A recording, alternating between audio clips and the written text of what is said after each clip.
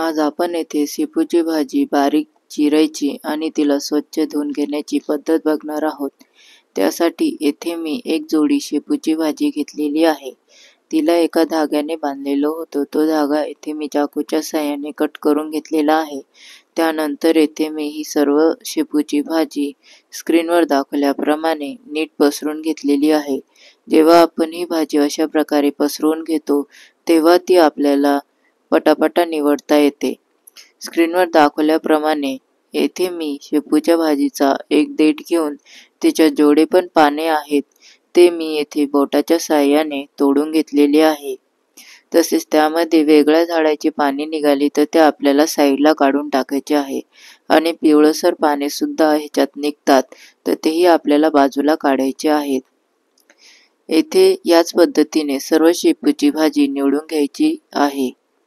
तसेच येथे मी थोडीशी पाने निवडून घेतल्यानंतर स्क्रीनवर दाखवल्याप्रमाणे चाकूच्या साहाय्याने त्याला कमी कमी अंतरावर कट करून घेत आहे, जेणेकरून आपली ही शेपूची भाजी बारीक चिरली जाते।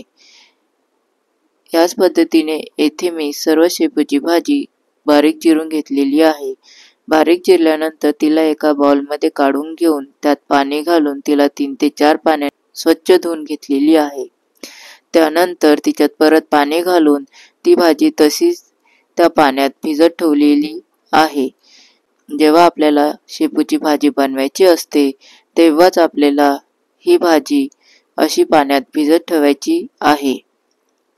व्हिडिओला लाईक करा, सबस्क्राईब करा, बेल आयकॉनवर क्लिक करा।